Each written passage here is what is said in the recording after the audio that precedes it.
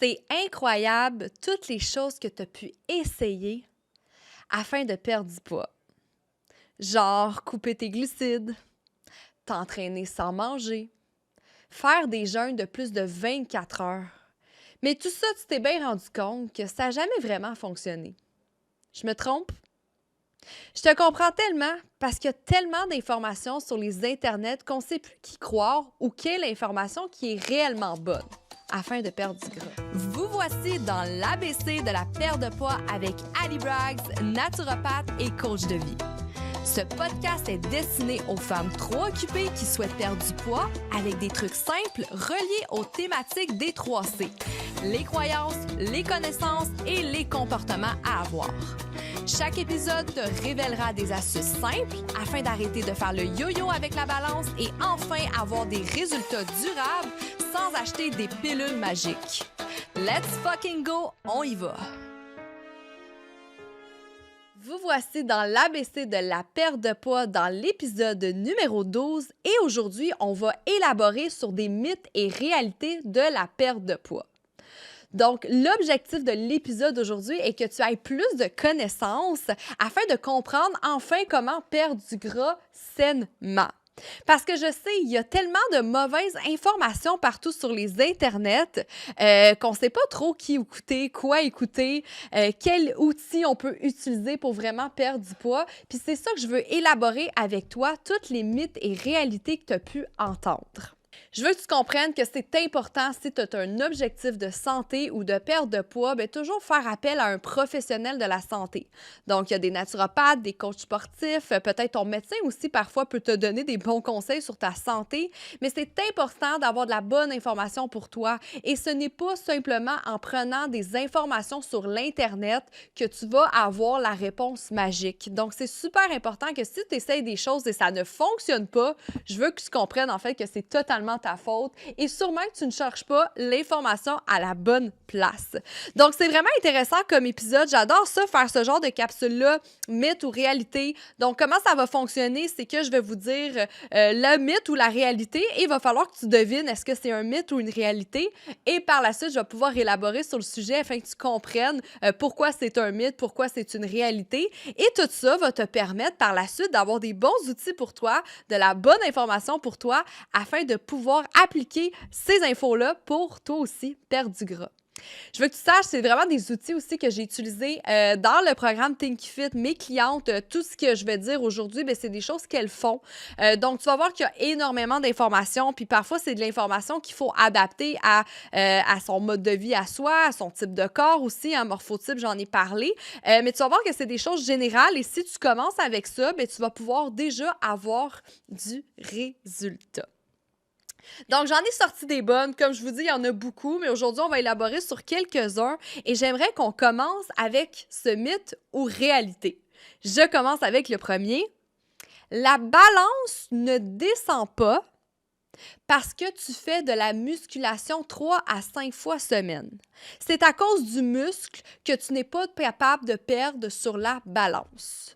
Je répète, la balance ne descend pas parce que je fais de la musculation 3 à 5 fois semaine et c'est à cause du muscle que je ne perds pas sur la balance. C'est tellement une chose que j'entends souvent et c'est peut-être quelque chose que ton coach t'a déjà dit. Puis je tiens à dire que si ton coach te dit ça, ben il est vraiment épais parce que c'est un mythe.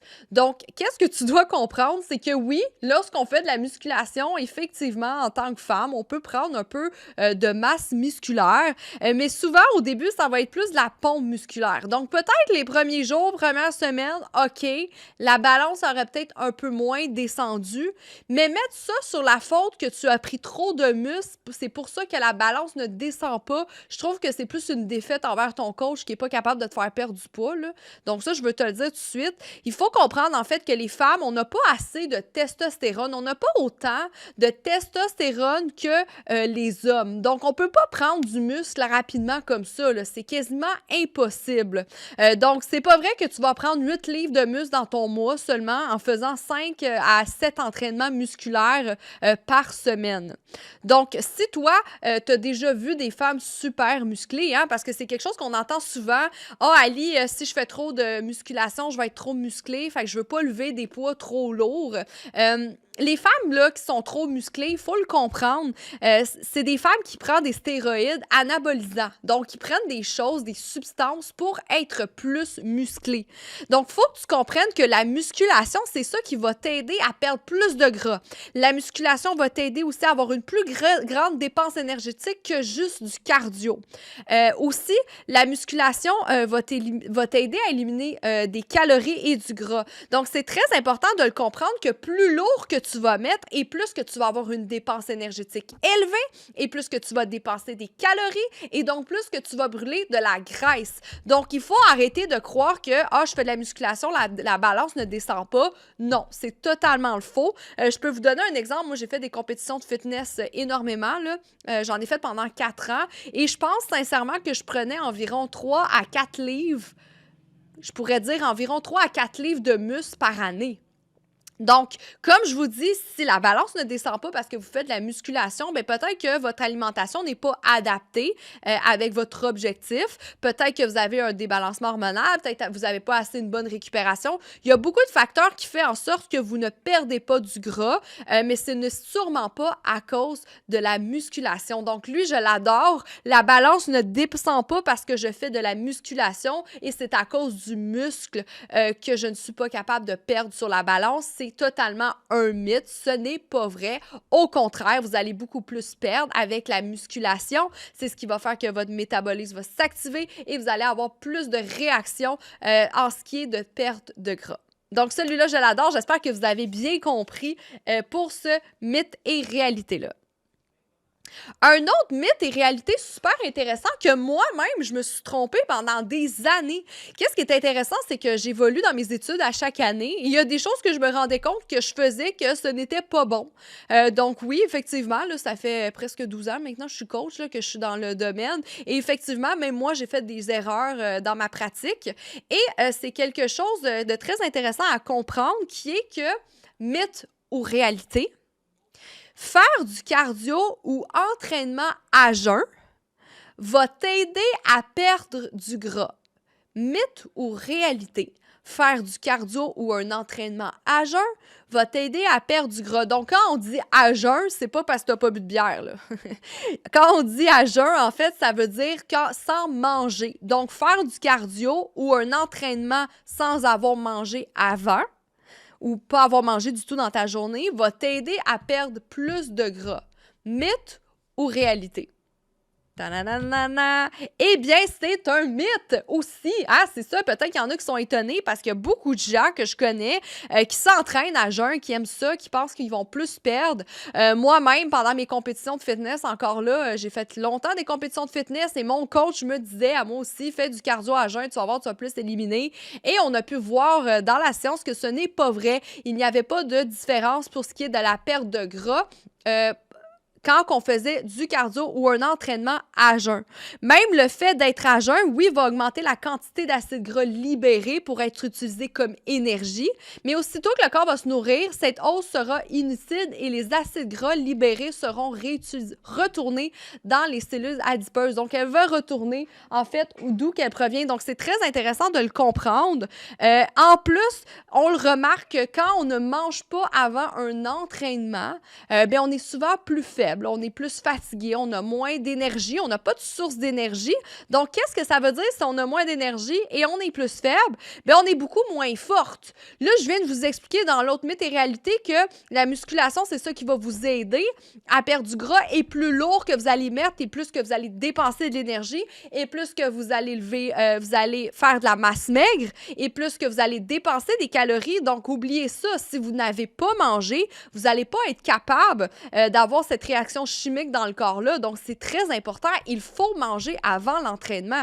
Moi, ce que je vous conseille, mangez 1 heure avant l'entraînement. Vous pouvez manger un repas riche en protéines, en glucides non transformés et manger 1 heure avant l'entraînement. Très important parce que si vous mangez juste avant l'entraînement aussi, bien, vous allez être aussi fatigué. Hein? C'est ça qui est drôle avec le corps parce que la digestion fait partie aussi des dépenses énergétiques. Donc, vous allez digérer pendant votre entraînement et encore encore là, votre entraînement ne sera pas optimal. Si vous faites des petites choses comme ça que je vous apprends aujourd'hui dans cet épisode-là, vous allez voir que ces petits changements-là, exemple, manger 1 heure avant votre entraînement, mais vous allez avoir beaucoup plus de résultats à la fin du mois parce que pour ce mythe et réalité-là, c'est que vous allez être beaucoup plus forte, vous allez pouvoir lever plus lourd, dépenser plus d'énergie, de calories et de graisse éliminée. Qu'est-ce qui est important aussi avec l'entraînement à jeun, comme je vous dis, bien, ça va vous apporter une fatigue accrue après votre entraînement. C'est comme si vous étiez un peu en hypoglycémie, là, très important à le comprendre. Si vous allez dépenser de l'énergie que vous n'avez pas, vu que vous n'avez pas encore mangé, bien, vous allez le remarquer, vous allez être beaucoup plus fatigué durant votre journée. Et même si vous allez manger, vous n'allez pas être capable de revenir à l'état normal que vous êtes censé être dans votre énergie. Aussi, même, vous pouvez avoir plus de craving. Donc, des cravings, qu'est-ce que ça veut dire? Bien, plus envie de manger, hein? Puis ça peut entraîner beaucoup de problèmes physiques et mentaux à une femme quand on a trop de craving, hein? Il y en a qui s'en vont vers l'hyperphagie, un sujet très intéressant que je veux parler prochainement. Mais c'est très, très important, en fait, de manger avant l'entraînement afin d'avoir les ressources nécessaires pour avoir un bon entraînement. Donc, faire du cardio ou un entraînement à jeun va t'aider à perdre du gras. Eh bien, c'est un gros mythe.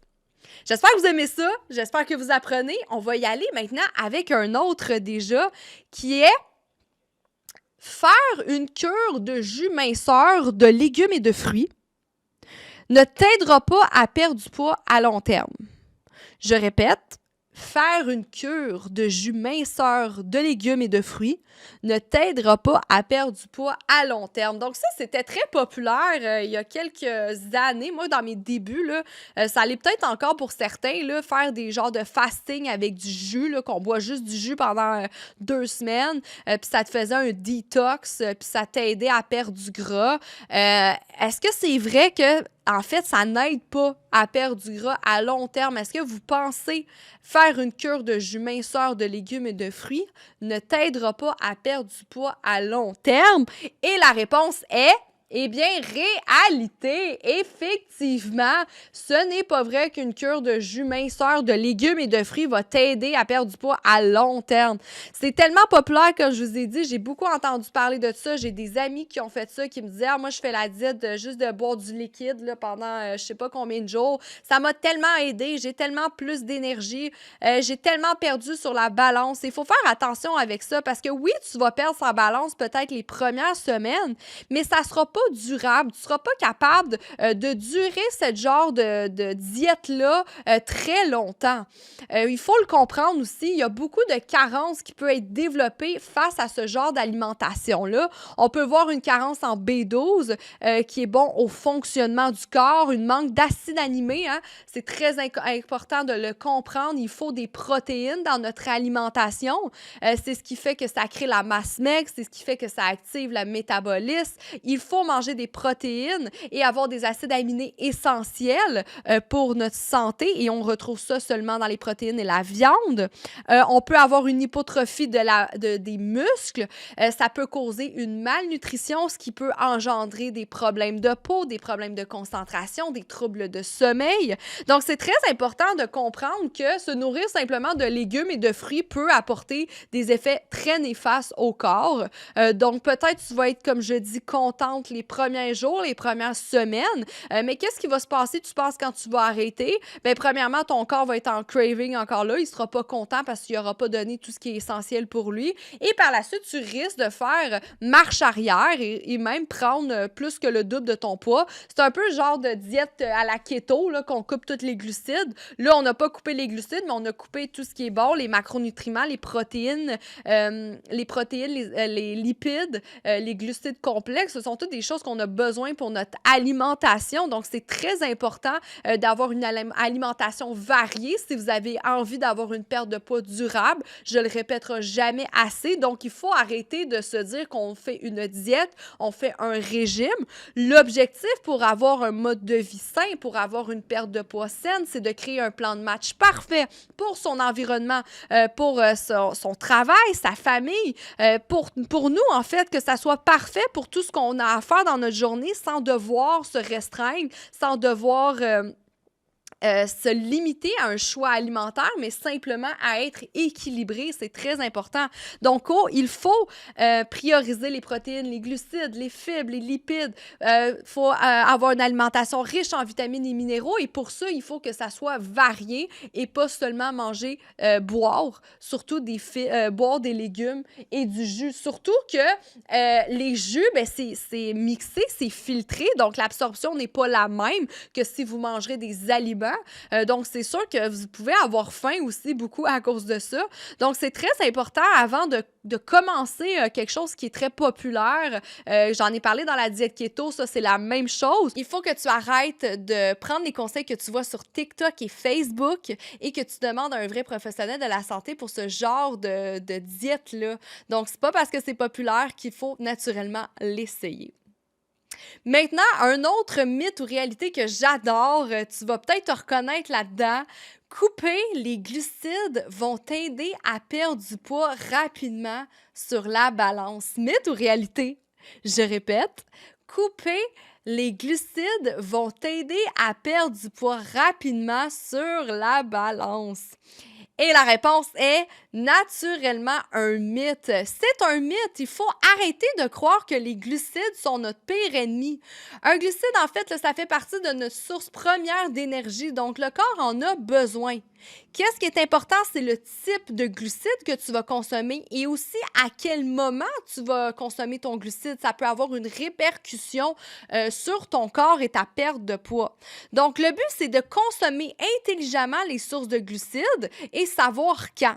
Comme ils ont pu remarquer, en fait, que les personnes qui consommaient des bons glucides le soir, ça pouvait aider pour une meilleure récupération, un meilleur sommeil, avoir plus d'énergie. Aussi, les crampes vont être là pour stopper les crampes musculaires. C'est très important tout ça. Donc, il ne faut pas du jour au lendemain couper nos glucides comme si ça serait miraculeux. Comme je le dis encore, il faut une combinaison de macronutriments, de vitamines et minéraux parfait pour nous. Il faut que ça soit équilibré, il faut que ça soit varié.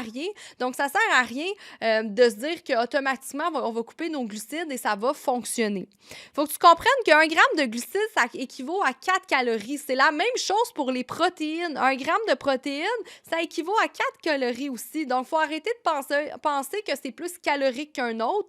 C'est vraiment rare que c'est un aliment, un macro-aliment qui va en particulier te faire prendre du poids. Ça va être souvent la totalité de tes glucides à la fin de la semaine, à la fin de la journée.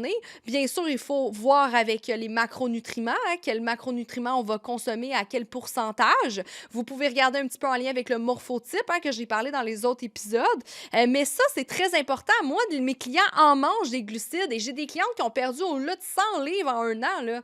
J'ai des clientes qui n'ont peut-être pas autant de poids à perdre, mais ils vont perdre 10 à 15 livres, même des fois plus, tous les mois en mangeant des glucides tous les jours. Donc, comme je dis, il faut faire des choix intelligents. Il faut les consommer au bon moment parce qu'il y a des moments, des fois, que ça peut peut-être jouer aussi sur ta prise de poids, comme manger des glucides le matin. Ça peut avoir une répercussion sur ta prise de poids ou ta perte de poids. Mais si tu es bien guidé, tu t'y connais assez ou tu as un professionnel de la santé qui te suit, il va t'en faire manger des glucides s'il est assez calé, s'il connaît assez ça, et tu vas voir que tu vas pouvoir en perdre du poids. Donc, il faut arrêter de penser que les glucides, c'est nos pires ennemis. Un autre mythe et réalité maintenant, on va y aller encore dans l'alimentation. Tellement de mythes et réalités qu'on retrouve sur l'Internet. J'adore ça. Et on y va avec « Si mon alimentation est variée de légumes et de fruits, je n'ai pas besoin de prendre de suppléments. » Est-ce que tu penses que c'est un mythe ou une réalité? Je répète,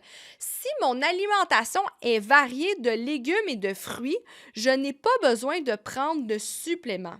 Mythe ou réalité? Et la réponse est un mythe. Oui, c'est un mythe, effectivement. On a tous besoin de vitamines ou de minéraux. On est tous en carence de quelque chose. Et ça va dépendre de où qu'on habite, dans quel pays. Ça va dépendre de notre mode de vie, de la prise de médicaments, la gestion de notre stress, la gestion de notre sommeil. Il y a beaucoup de facteurs qui vont faire en sorte si on est en carence en quelque chose ou pas. Aussi, quand je parle de l'endroit où on est sur le globe, en fait, ça dépend dépend vraiment de la récolte de fruits, la récolte de légumes.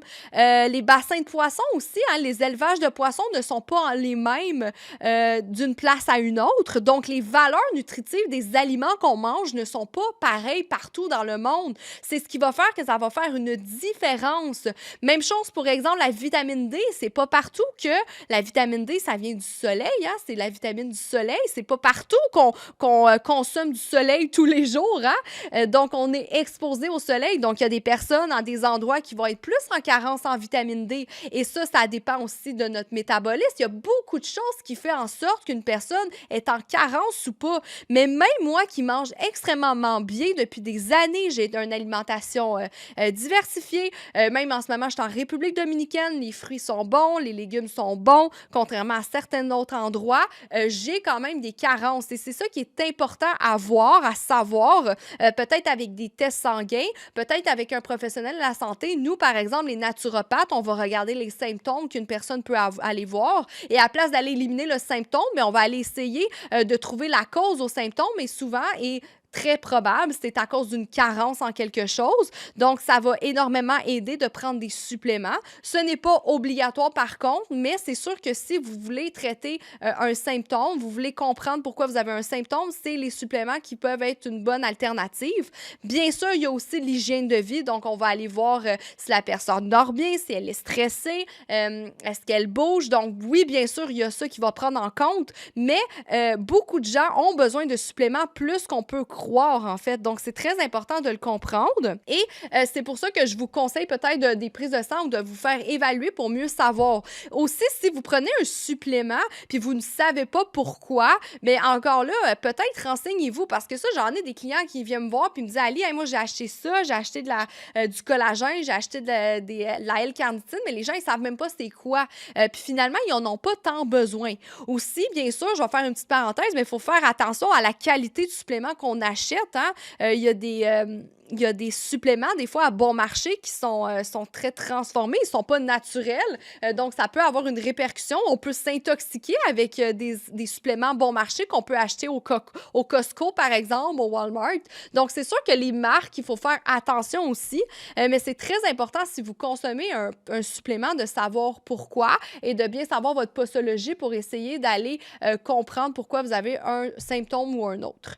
Donc, c'était un mythe, bien sûr. Si vous mangez des légumes, des fruits, vous mangez tout ce que vous avez besoin, vous pouvez avoir quand même des carences en quelque chose, en vitamines et minéraux, en fait. Donc, c'est un mythe. Et on va y aller maintenant avec le dernier déjà, ça va tellement vite. Je vous dis, j'adore ce genre de capsules-là et on va en avoir d'autres.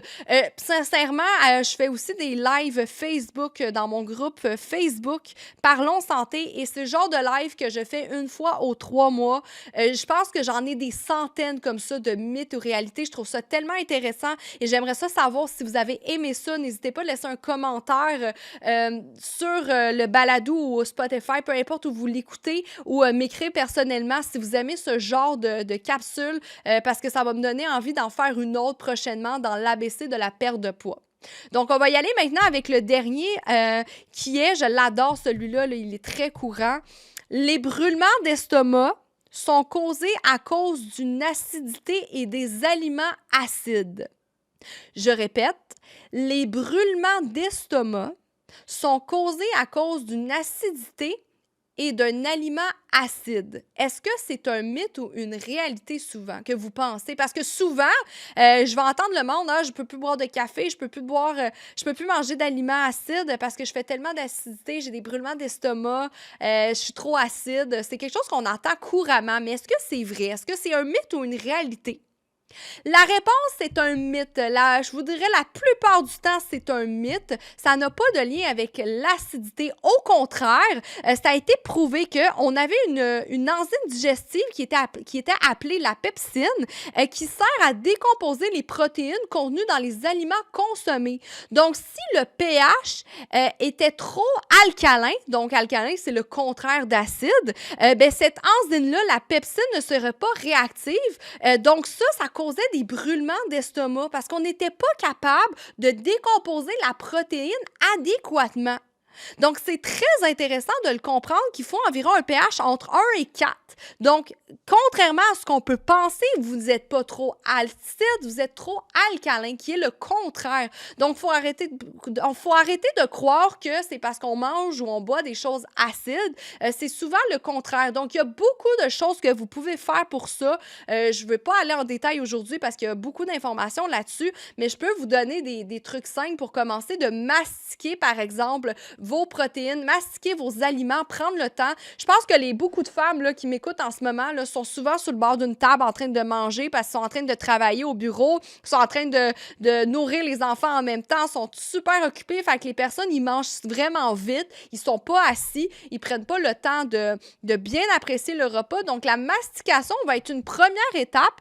Pas vrai, c'est pas la première étape, je vais vous donner un autre truc par la suite, mais vont faire partie des étapes pour stopper les brûlements d'estomac. Donc, comme je vous dis, il y a beaucoup d'autres informations que je peux vous donner, mais pour vulgariser ça aujourd'hui, la mastication va être un de vos meilleurs amis. Et aussi, la phase céphalique, j'en ai déjà parlé un petit peu là en surface. Qu'est-ce que c'est la phase céphalique? Eh bien, c'est ça, la phase céphalique, c'est la première étape pour avoir une bonne digestion. C'était de sentir son plat avant même de manger.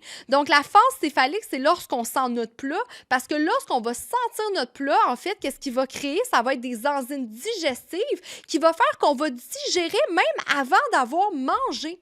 Donc, c'est très intéressant de le savoir, ça. Fait que je vous conseille toujours, là, mes femmes occupées, là, sentez votre plat avant de manger. Je sais pas si vous avez remarqué aussi, là, quand vous préparez à manger, des fois, vous avez déjà moins faim.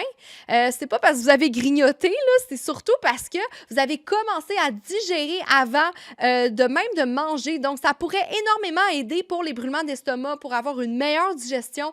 Donc, il faut arrêter de mettre ça sur la faute de peut-être des aliments acides et au contraire, c'est que vous êtes sûrement pas assez acide. Donc, il y a d'autres trucs pour ça que je pourrais élaborer dans des prochains épisodes, mais c'est un mythe et ce n'est pas une réalité. Et voilà, c'est déjà fini pour cet épisode, de mythes et réalités. Je suis vraiment contente que maintenant, tu as la bonne information afin de pouvoir avancer dans ton objectif de perte de gras.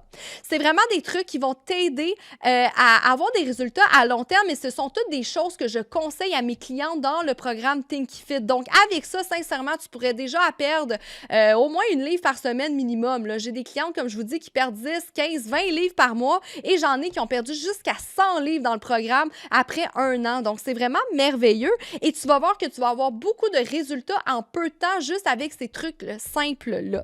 Surtout, n'oublie pas de t'abonner à mon podcast en pesant sur m'abonner afin de ne pas manquer le contenu à chaque semaine. Donc, tous les lundis, il y a un nouvel épisode et on se retrouve la semaine prochaine sur l'importance de manger des protéines afin de perdre du gras. Donc, je veux élaborer là-dessus. Je trouve ça tellement important. C'est la chose que je dis le plus à mes clientes, qu'à chaque fois que tu manges quelque chose, qu'à chaque fois que tu mets quelque chose dans ta bouche, je veux toujours que tu ailles une protéine et c'est ce qui va faire que tu vas plus métaboliser la graisse, en fait, que tu vas éliminer la graisse, que tu vas prendre la masse maigre et que tu vas perdre du gras, en fait. C'est ça l'objectif à ça.